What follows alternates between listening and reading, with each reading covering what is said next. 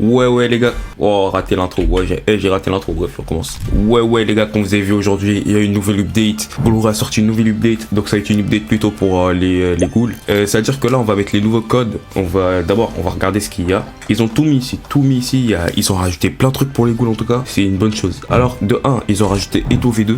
Je sais pas c'est quoi, mais bon, ça a l'air d'être bien. Ensuite, Beckett V2. Beckett, c'est l'arme commun là qui est hyper nulle. Mais en V2, je sais pas ça va donner quoi, mais bon, j'espère que c'est bien au moins. Ensuite, il y a Takizawa Kakucha. Je sais pas du tout c'est quoi.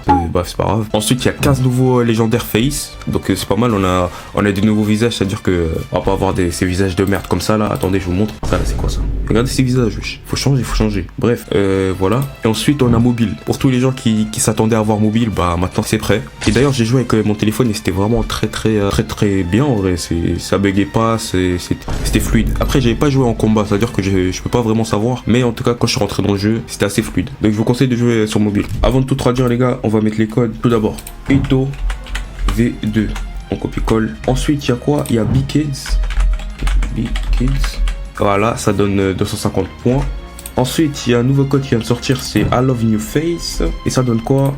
Ça donne aussi des points, mais je sais pas combien. Alors si on regarde, on fait nos calculs, ça donne environ 150 points. Ok, c'est pas mal du tout, Ah oui, bah 200 points carrément. C'est-à-dire pour les gens qui veulent vraiment des vrais cagounets, c'est-à-dire n'hésitez pas à mettre les codes les gars, ça donne beaucoup de choses. Puis voilà, hein, amusez-vous bien. Ensuite, au niveau de l'équilibrage, on a eu Narukami. Les dégâts de Narukami ont augmenté globalement. Maintenant, le crit de Narukami est devenu légèrement plus rapide. Donc pour Yamori, la hitbox du crit a beaucoup augmenté les gars. Je sais pas ça donne quoi en gameplay, mais je vais essayer de voir qu'est-ce que ça donne plus tard. Pour le Harata, on a eu un drain de PVP qui a été réduit à 1,5 par seconde, c'est à dire que vous allez perdre moins de PV. Et lorsque vous perdez des PV, au lieu d'avoir faim, les dégâts en fait ils vont augmenter de 15 avec le pourcentage d'Harata. Ensuite pour le Nutcracker, le end lag de la V1 a été réduit. Donc ensuite pour le AES, le soft stun du X a été réduit. Le crit va passer à 6 secondes et la vitesse du M1 a été légèrement réduite. Après, si vous voulez avoir plus de précision les gars, n'hésitez pas à rejoindre leur serveur Discord que je vais mettre en description. Donc voilà, vous savez quoi faire. Donc pour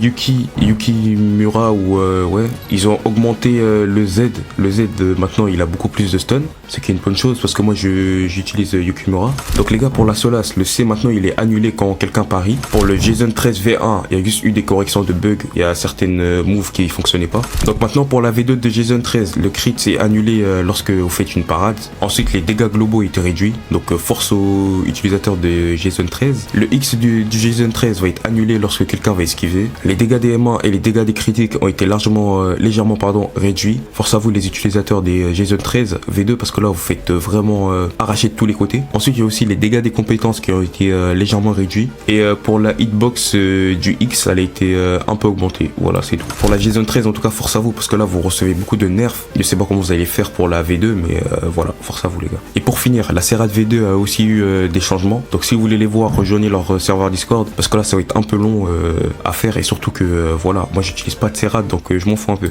Donc sur ce les gars, c'est la fin de la vidéo. N'hésitez pas à liker, commenter, partager.